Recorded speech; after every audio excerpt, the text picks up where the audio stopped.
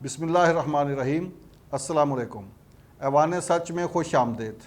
नाज़रीन, आज हम पाकिस्तान और चाइना के दरमियान रिलेशन, इक़्तिसादी, समाजी, सियासी, माशरती ताल्लुकात और इस ताल्लुकात में जो सबसे बड़ा बंधन है वो है सी पैक। उस सी पैक पे आज हम गुफ्तगू करेंगे। सी पैक को आम तौर पर हम सुनते भी हैं और कहते भी हैं कि ये एक गेम चेंजर मंसूबा है। ये किस तरह गेम चेंजर मंसूबा है? यानी इसके बाद दुनिया चेंज हो जाएगी, सियासी तौर पर भी, इक़्तिसादी तौर पर भी, माशरती तौर पर भी और सकाफ़ती तौर पर भी। ये सारी बड़ी जो तब्दीलियाँ आएंगी इस सी पैक की तकमील के बाद, उन तब्दीलियों का मरकज़ और हब जो है वो पाकिस्तान होगा।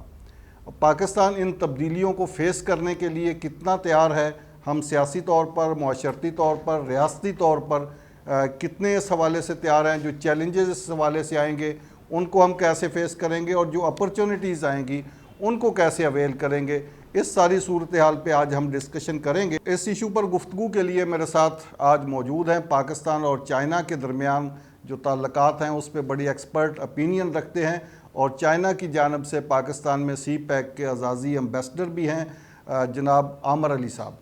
आमर अली साहब की इस हवाले से बड़ी एक्सपर्टीज़ हैं कि ये पाकिस्तान और चाइना के दरमियान जितने भी रिलेशंस हैं वो सकाफ़ती हों, सियासी हों, समाजी हों, जो बिज़नेस पॉइंट ऑफ व्यू से हों, उन पर एक खसूसी दस्तरस रखते हैं और ख़ास तौर पर पाकिस्तान चाइना इकनॉमिक कॉरिडोर यानी सी पैक जो है उसके हवाले से बड़ा अबूर रखते हैं। सी पैक पाकिस्तान में क्या तब्दीलियाँ लाएगा, चाइना में क्या तब्दीलियाँ लाएगा, दुनिया में क्या तब्दीलियाँ लाएगा, ये सारे मामलात, ये सारे सब्जेक्ट इनकी गुफ्तगू का मौजू रहते हैं।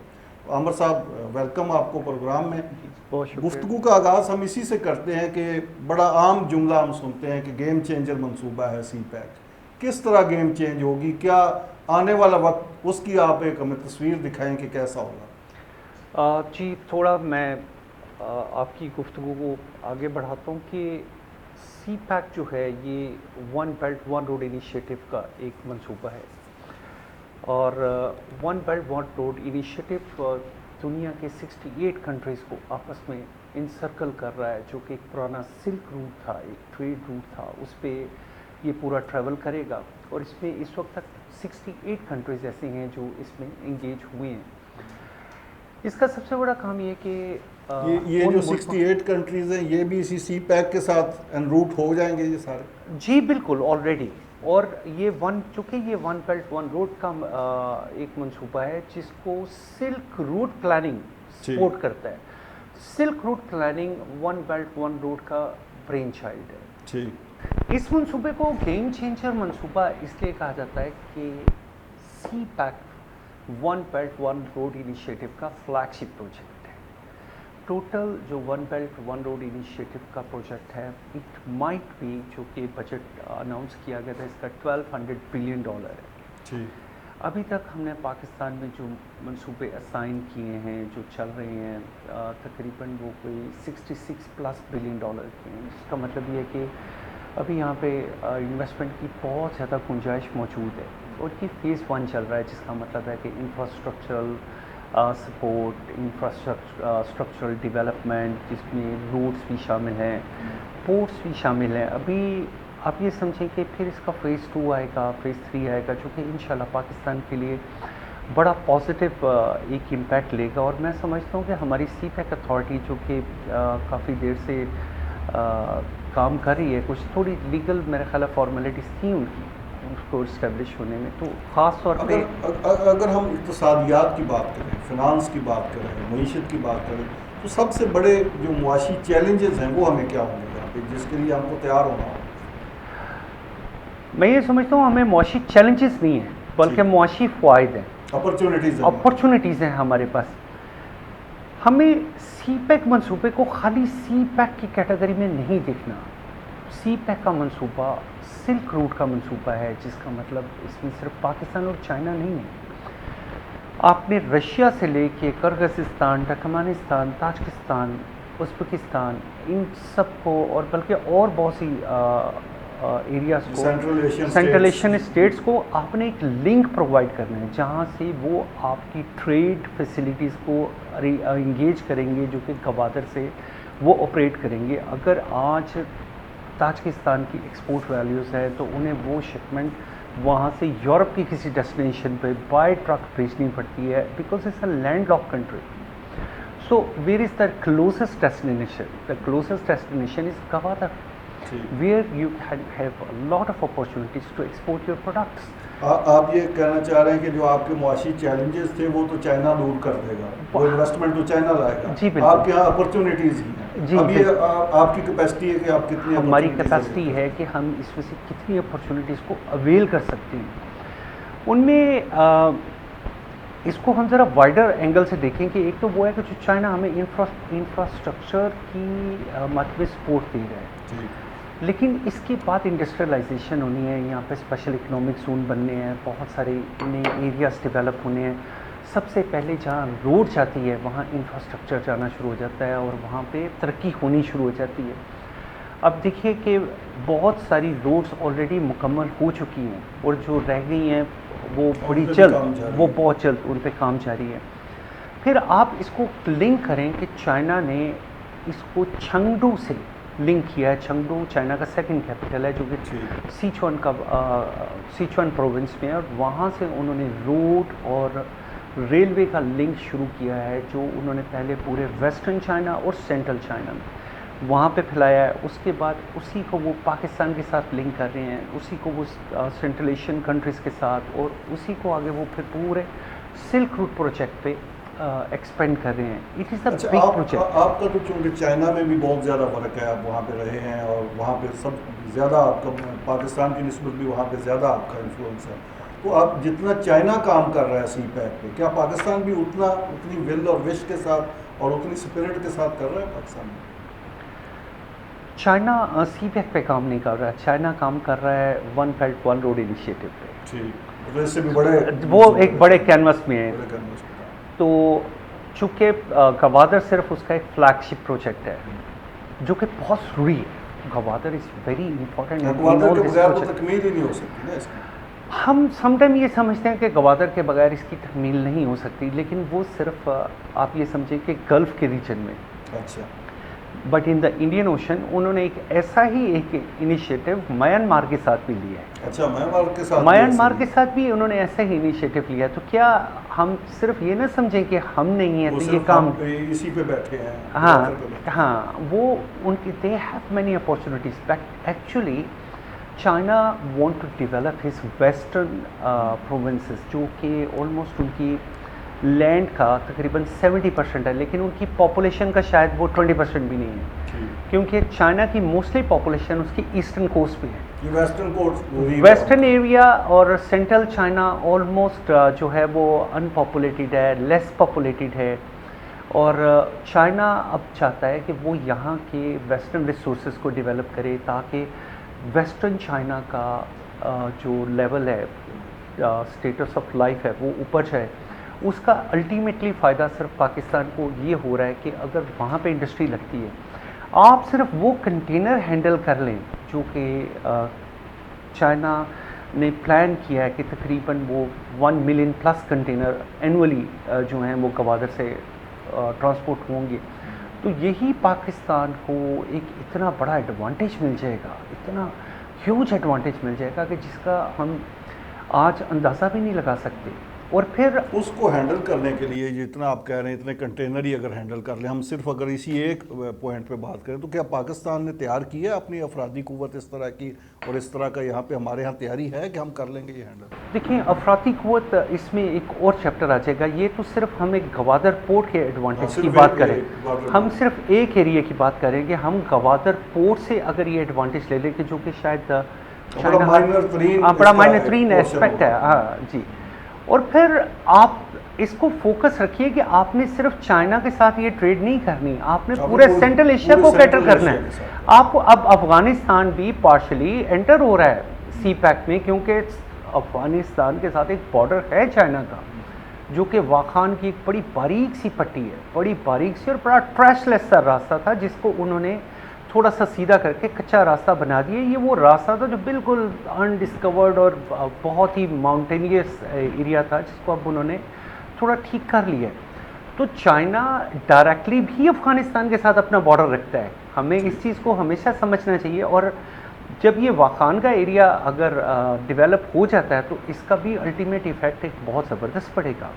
या आपने अफ़गानिस्तान की बात की तो अफ़गानिस्तान में बड़ी पॉलिटिकल डेवलपमेंट्स भी हो रही हैं इन दिनों में, और आने वाले वक्त में आप फोरकास्ट कर सकते हैं कि वहाँ पे क्या होने वाला है, तो उन हालात का इम्पेक्ट क्या पड़ेगा इस सी पे?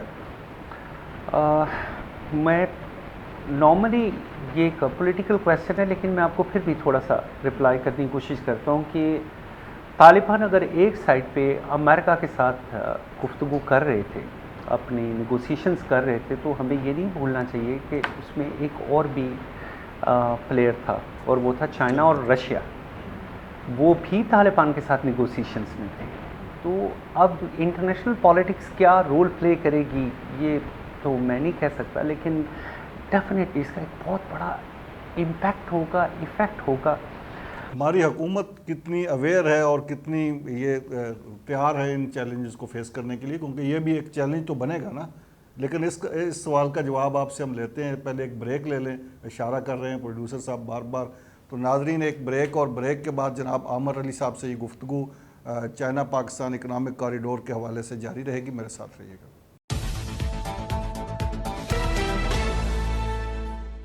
जी, प्रोग्राम में एक बार फिर खुश आमदेद। मेरे साथ मौजूद हैं जनाब आमिर अली साहब। आमिर अली साहब पाकिस्तान चाइना इकनॉमिक कॉरिडोर के एजाज़ी एम्बेसडर हैं पाकिस्तान में, और पाकिस्तान चाइना रिलेशंस पे बड़े एक्सपर्ट ओपिनियन रखते हैं अपनी, ख़ास तौर पर सी पैक के हवाले से।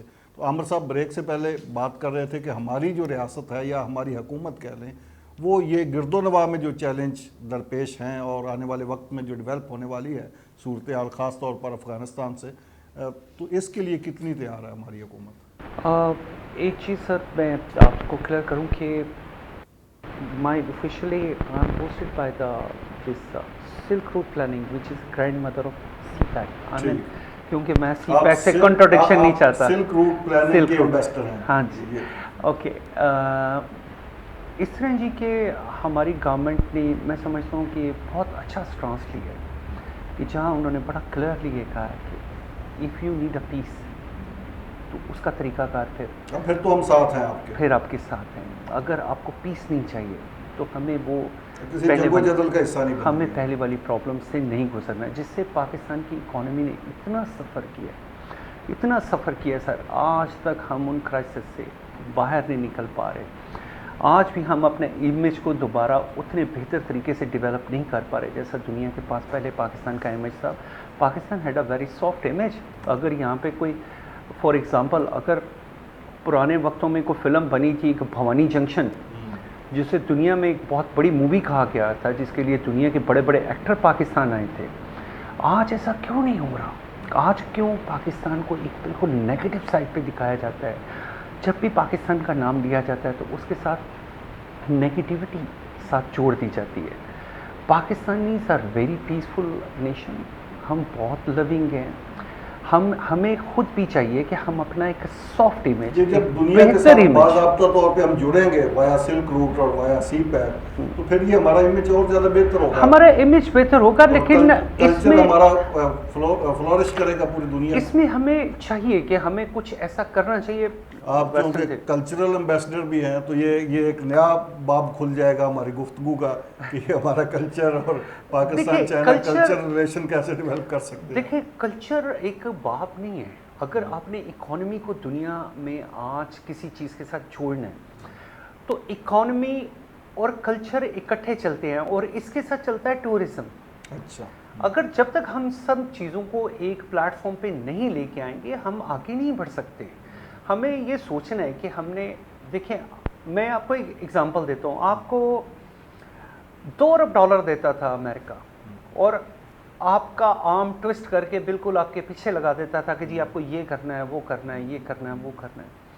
जबकि आपको इंफ्रास्ट्रक्चरल सपोर्ट के लिए आपका, अब ये सड़कें चाइना अपने शोल्डर पे रख के वापस तो नहीं ले जाएगा।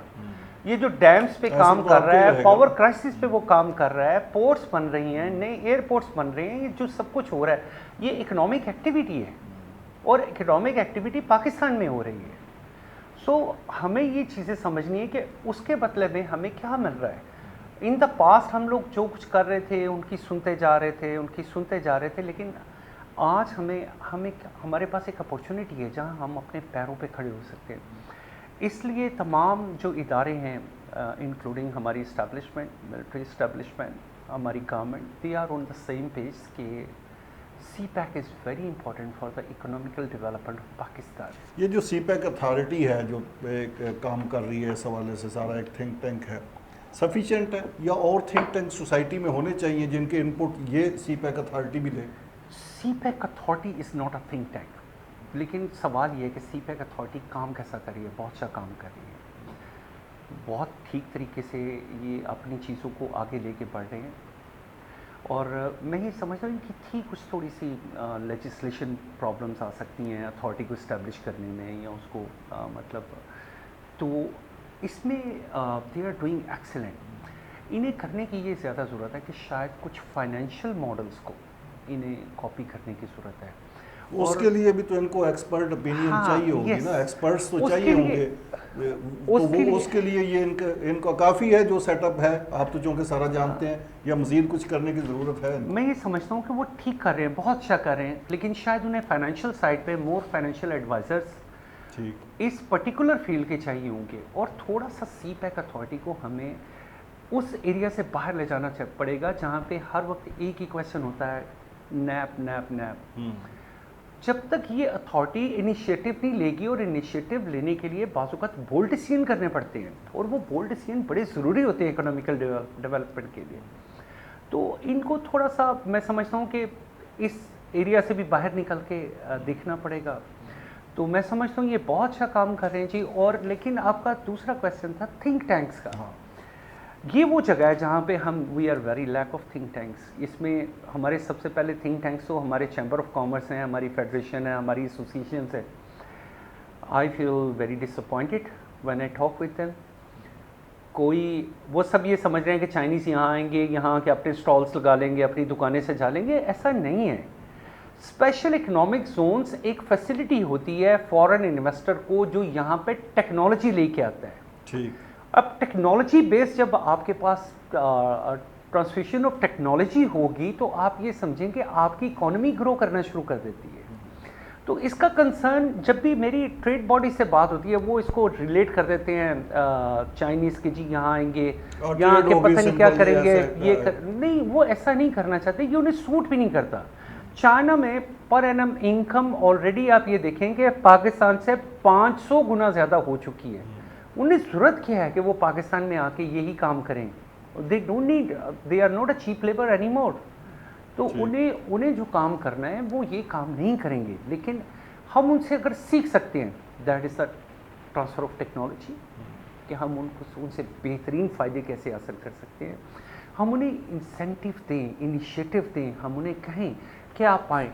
आप, मैं आपको बहुत सारे एरियाज़ ऐसे आइडेंटिफाई कर सकता हूँ जहाँ पे हम चाइना के साथ अपने ट्रेड डेफिसिट को नैरो कर सकते हैं। ठीक। अगर हम इफ़ेक्टिवली काम करें, अगर हम ठीक तरीके से अपने आप को आगे बढ़ाएं, तो हम चाइना के साथ अपने ट्रेड डेफिसिट को यानी हमारी प्लस में ले जा सकते हैं। चाइना से इंपोर्ट ही नहीं, हम एक्सपोर्ट भी कर सकते हैं, चाइना को भी दे सकते हैं हम चीज़ें। चाइना को बेशुमार चीज़ें पाकिस्तान से चाहिए, मसलन बेशुमार है जी। जैसे आप किसी भी एरिया में चले जाएं, आप फूड है, जिम स्टोन्स हैं, आप ये जिम स्टोन के बारे में तो प्राइम मिनिस्टर ने कहा भी, जिम स्टोन सिटी बनाना चाहिए। हाँ, जिम स्टोन सिटी। अब वो दैट्स अ प्रपोजल, और हमारी एक्सपेक्टेशन है जी कि हम $5 बिलियन जिम स्टोन से प्रोड्यूस यानी कि कमा सकते हैं। वी कैन अर्न $5 बिलियन, शायद $10 बिलियन तक की स्पेकुलेशंस है।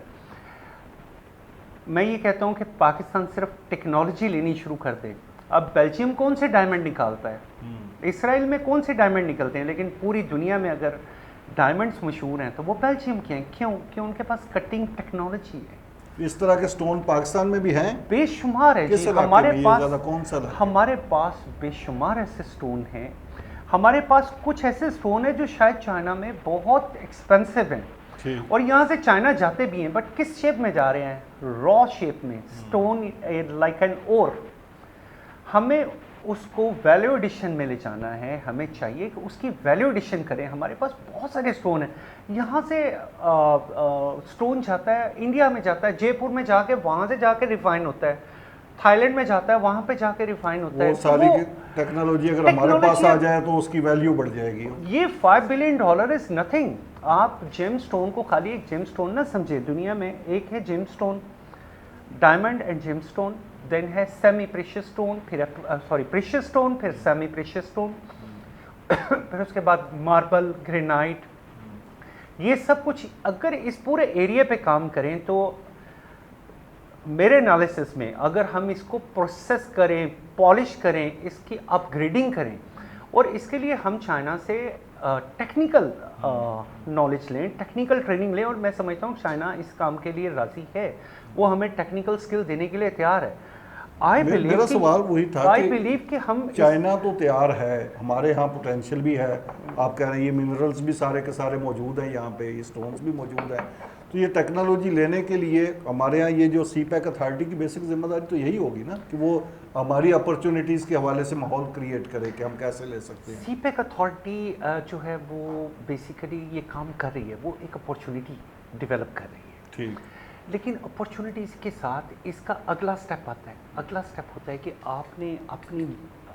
आपकी सीपैक अथॉरिटी ने फैसिलिटेट करना है, इनिशिएटिव गवर्नमेंट लेती है। ये बड़ा अहम टॉपिक आपने शुरू कर लिया, लेकिन ब्रेक लेनी पड़ रही है। ब्रेक के बाद आपसे पूछेंगे कि ये इकोनॉमिक जोन जो है ये दूसरी इंडस्ट्री के लिए कैसे ख़तरनाक हो सकते हैं, ये जो तासर है।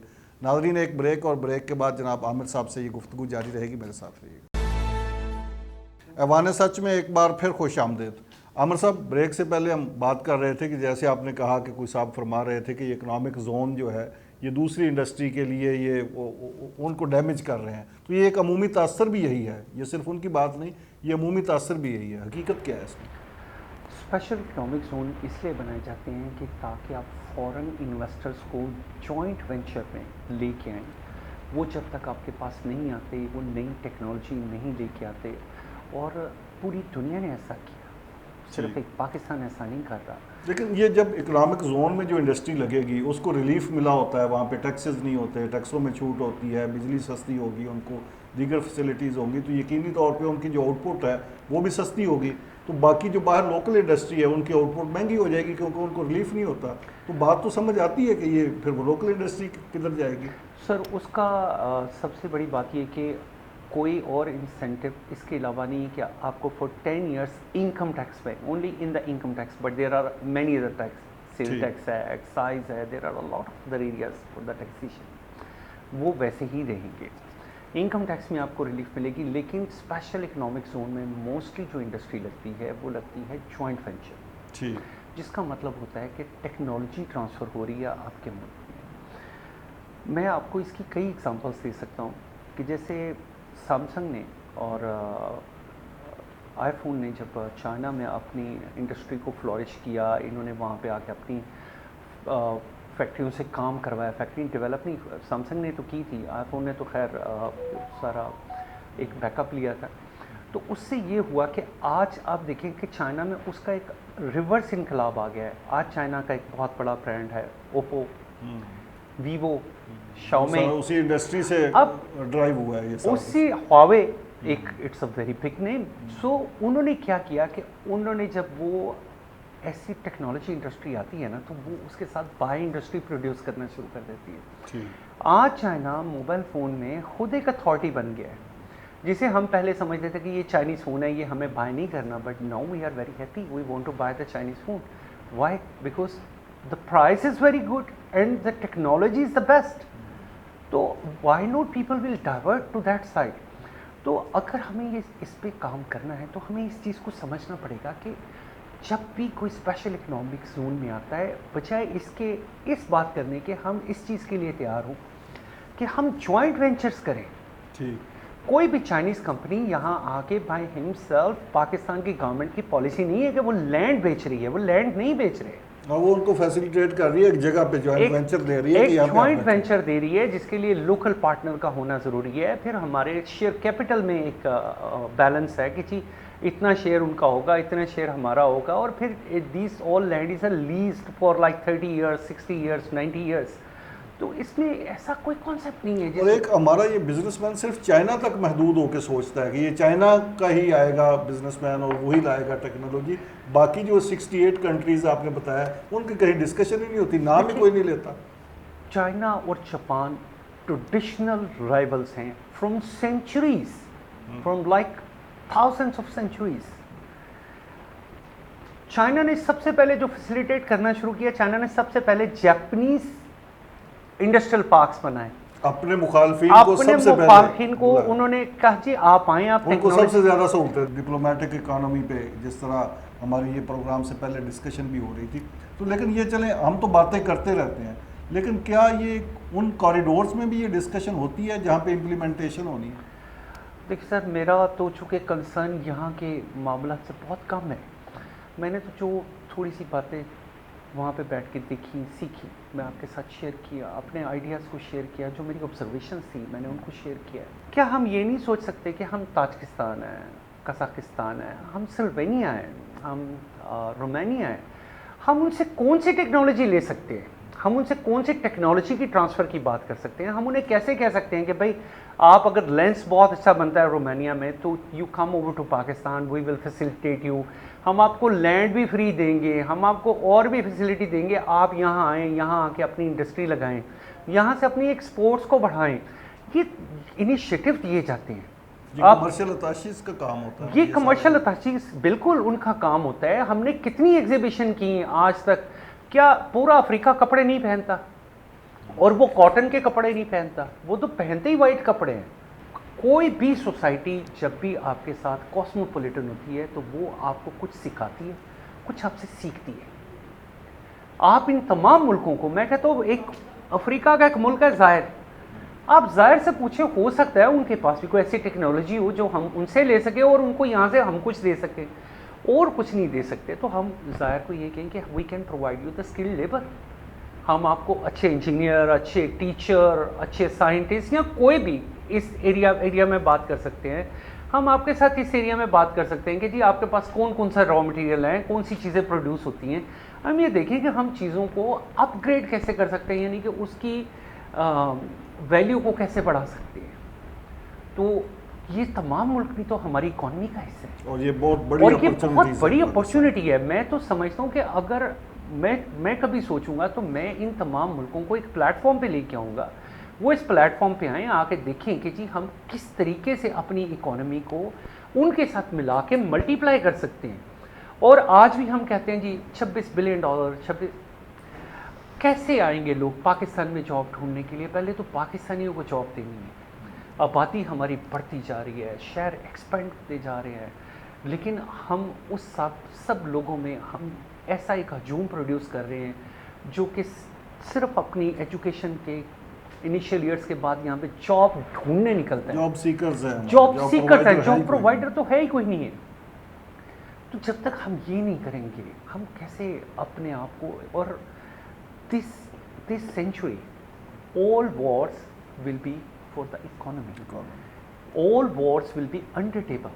कोई वॉर ऐसी नहीं होगी जो इकोनॉमी से हट के होगी। तो इकोनॉमी में अगर आपकी जीत है तो मैं आपको गारंटी देता हूँ ये सिर्फ कश्मीर ही नहीं, ये सब कुछ खुद आपके गोद में आके गिरेगा। ये खुद आपकी गोद में आके गिरेगा। क्यों? वो कहेंगे नहीं, हमने उनके साथ रहना है जिनके पास रोटी है, जो हमें अफोर्ड कर सकते हैं, जो हमें आगे बढ़ा सकते हैं। तो दुनिया की सबसे बड़ी जो वॉर है वो इकोनॉमी की है। बहुत शुक्रिया आमिर साहब, आपकी गुफ्तगू बड़ी फ्रूटफुल है। अगर इस पे अमल दरामद किया जाए और आपकी ख्वाहिशात और आपकी तजावीज़, अल्लाह करे कि सुनने वाले इसको इम्प्लीमेंट भी करें और पाकिस्तान इसी तरह तरक्की की मनाजिल तय करे जैसा कि आपने सोचा है। नाज़रीन, इस प्रोग्राम से हमें इजाज़त दीजिए। अल्लाह हाफ़िज़।